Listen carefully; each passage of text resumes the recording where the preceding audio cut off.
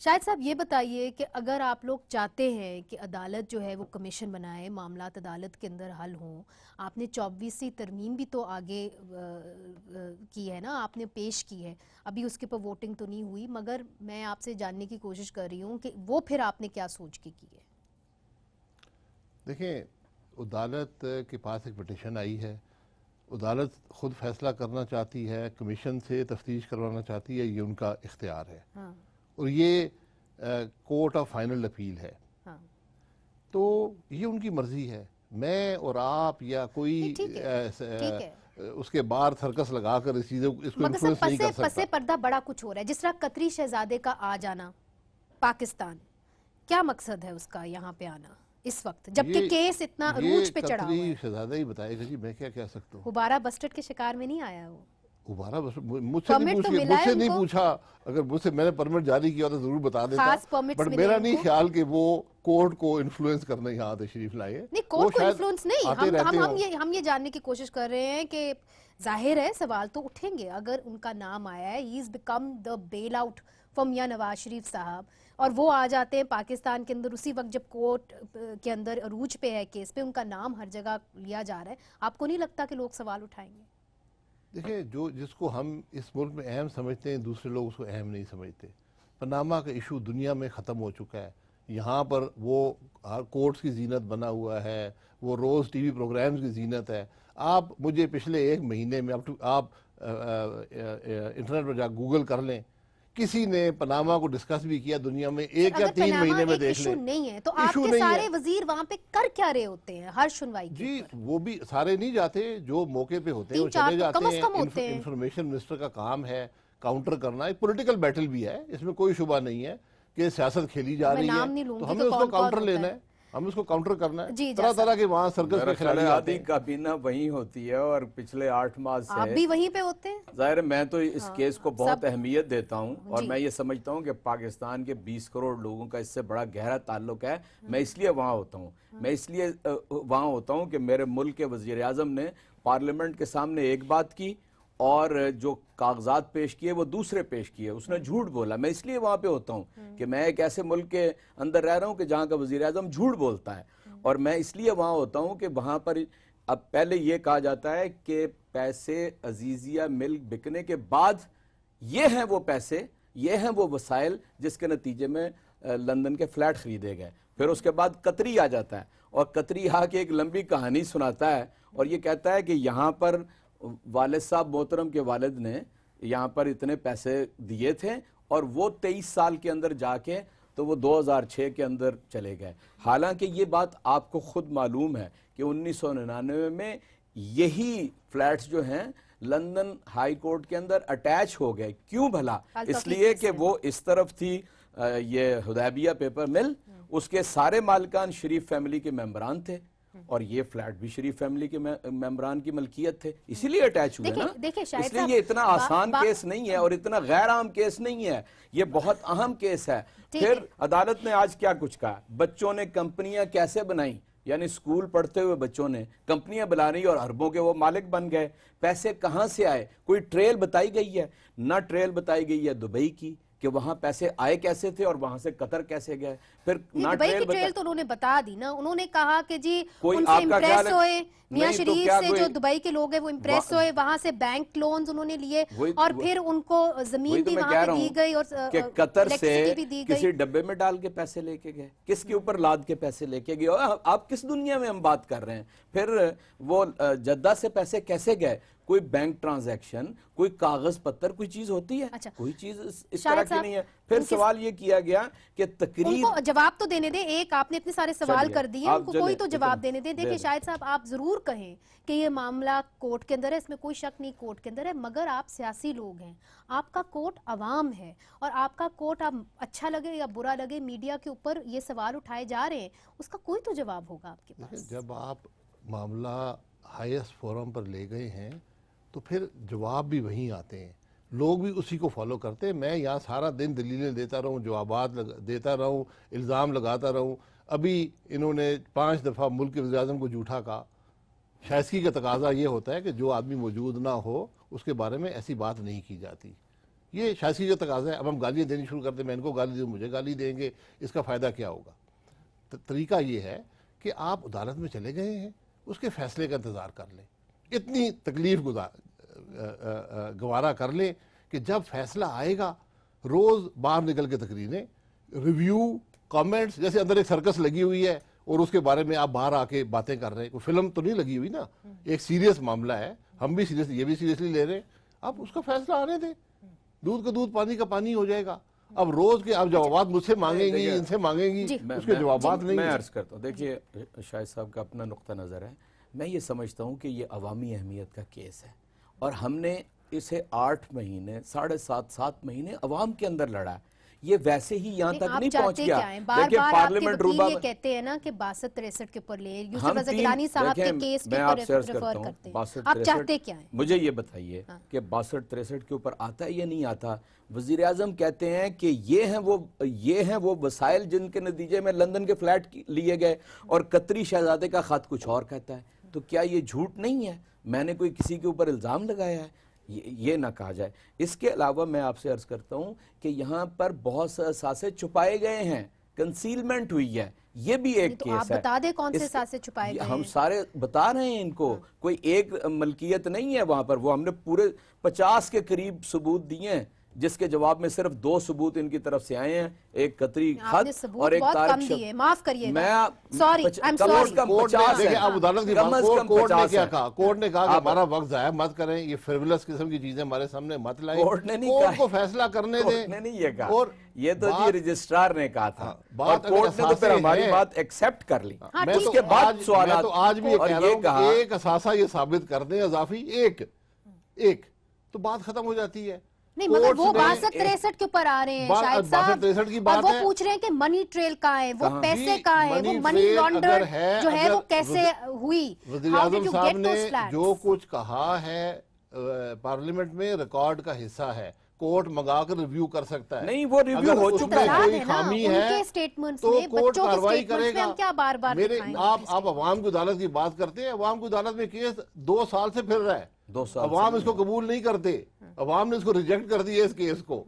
اب یہ عدالتوں میں آئے ہیں تو عدالت میں تو فیصلہ کر لیں. یہ تو وزراء کا خیال ہے, جس طرح خواجہ صاحب نے پارلیمنٹ میں کہا تھا نا کہ وہ چند دنوں کی بات ہے یہ بھول جائے گا, تو لوگوں نے نہیں بھولنے دیا, نہ ہم نے بھولنے دیا. ورنہ تو یہ ہے دیکھیں منیزے نہ پارلیمنٹ روبا عمل نہیں آ سکی. پاناما کے بعد ہو چکے 8 بائی الیکشن, ایک بھی پی ٹی آئی نہیں جیت سکی. دیکھیں میں آپ سے عرض کرتا ہوں, اور حکومت کے خلاف 8 بائی الیکشن ہوئے ہیں پشاور کے اندر, بائی الیکشن جہاں ان کا حکومت ہے. شاہد صاحب ہر جگہ ووٹ آپ کا کم ہوا ہے, ہمارا زیادہ ہوا ہے. جیلم کا الیکشن ہوا, ہمارے ووٹ 46,000 سے 76,000 ہو گئے, اور ان کے 1,26,000 سے 84,000 رہ گئے. آپ کو میں بتاؤں 3200 ووٹ تھا ہمارا بورے والا میں, وہاں 51,000 ہو گیا, اور وہاں پر ٹھپے لگاتا ہوا آپ کو آرو نظر آیا وہاں پر. اس لیے میں نہیں یہ سمجھتا, ہمارا ووٹ ہر جگہ انکریز کیا ہے, ان کا ووٹ کم ہوا ہے. وہ تو اب جب اگلا الیکشن آئے گا نا, اگلا الیکشن آئے گا, دودھ کا پانی کا پانی ہو جائے گا. میں آپ سے عرض کرتا ہوں, سوائے اس کے کہ یہ منی لانڈرنگ کا ٹپیکل کیس ہے. اگر آپ کوئی بینکنگ ٹرانزیکشن نہیں بتا سکتے تو پیسہ کہاں سے آیا, یہ دولت کہاں سے آئی, ان کے وکیل کل بتائیں گے, ان سے یہ پوچھا نہیں, کل بتائیں گے. یہ عدالت نے پوچھا ہے. سر عوام کو بھی بتا دیں, ہمیں بھی بتا دیں, ہم ناچیز کو بھی وکیل نہیں بتائیں گے. دیکھیں میں وکیل نہیں ہوں, ان کے وکیل نے تو کہہ دیا ہے کہ میری بیوی نے پیسے دیے تھے, میں نے مکان لے لیا, اسی کو منی ٹریل ہے. شاہد صاحب میری بات, تو یہ باتیں جو ہیں ان کو رہنے دیں. وزیر اعظم پاکستان ہیں, دیکھیے ان کے اوپر اتنے سخت الزام لگے, انہوں نے یہ ٹی او آر کی کمیٹی کے اندر گئے, انہوں نے ایف بی آر, نیب, ان سب کو بار بار درخواست کی. وہ یہ کہتے ہیں کہ ان کا رویہ کوئی کوآپریٹو نہیں تھا. Did it have to take them to come to the court to make the Prime Minister answerable? مطلب وہ ہمارے ووٹوں سے پرائم منسٹر بنے, وہ ان کو ہمارے سے جواب دہ ہونا چاہیے. نہیں پہلے دن سے یہ الزامات کا سلسلہ نیا نہیں ہے. پہلے الزامات لگے کہ الیکشن ہی جعلی ہوئے, فراڈولنٹ الیکشن تھے, چلے 2 سال اس میں گزر گئے, اب یہ 1.5 سال اس میں گزر گیا ہے. اب ہم پہلے دن سے کہہ رہے ہیں کہ ٹی او آرز وہ ہوں جو سب پر لاگو ہوں, اسپیسیفک ایک شخص پر ٹی او آر نہیں ہونے چاہیے. اور پرائم منسٹر صاحب نے کہا کہ سب سے پہلے مجھ سے اور میرے خاندان سے شروع کریں, اس کے بعد باقیوں کو دیکھیں. لیکن رولز وہی ہوں جو مجھ پہ اپلائی ہو رہے ہیں، باقی میں وہی اپلائی ہوں. وہ کہتے ہیں نہیں یہ نواز شریف اسپیسیفک رولز ہیں. تو یہ ساری بات ہے. اب معاملہ اب وہی بات پہنچ گئی جو پہلے دن کہہ رہے تھے.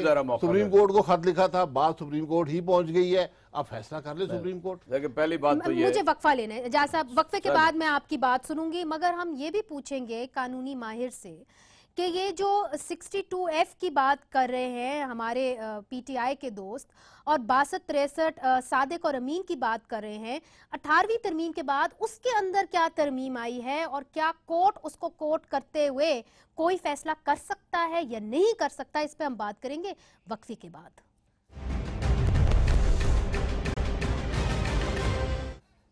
ویلکم بیک ناظرین، بات ہو رہی ہے پیناما کیس کی. اس وقت ہمارے ساتھ ہیں قانونی ماہر سلمان اکرم راجہ صاحب. سلمان صاحب، پی ٹی آئی اس وقت چاہتی ہے کہ میاں صاحب کو ڈسمس کر دیا جائے، کہا جائے کہ نہ یہ صادق ہے نہ یہ امین ہے. 62F کے تحت جو کانسٹیٹیوشن میں ایک 18ویں ترمیم کے بعد ایک شک آئی تھی، بلکہ اس کو ترمیم کیا گیا تھا. آپ مجھے یہ بتائیے کہ 18ویں ترمیم کے بعد اس کے اندر جو ترمیم آئی ہے اس کا کیا اثر ہوگا؟ کیا برڈن آف پروف میاں صاحب کے اوپر آ جاتا ہے کہ ان کو کورٹ کے اندر آ کے کہنا پڑے گا کہ جی اگر کسی نے میرے اوپر الزام لگایا ہے کہ میں صادق اور امین نہیں ہوں تو میں بتاؤں کہ میں کیسے صادق اور امین ہوں؟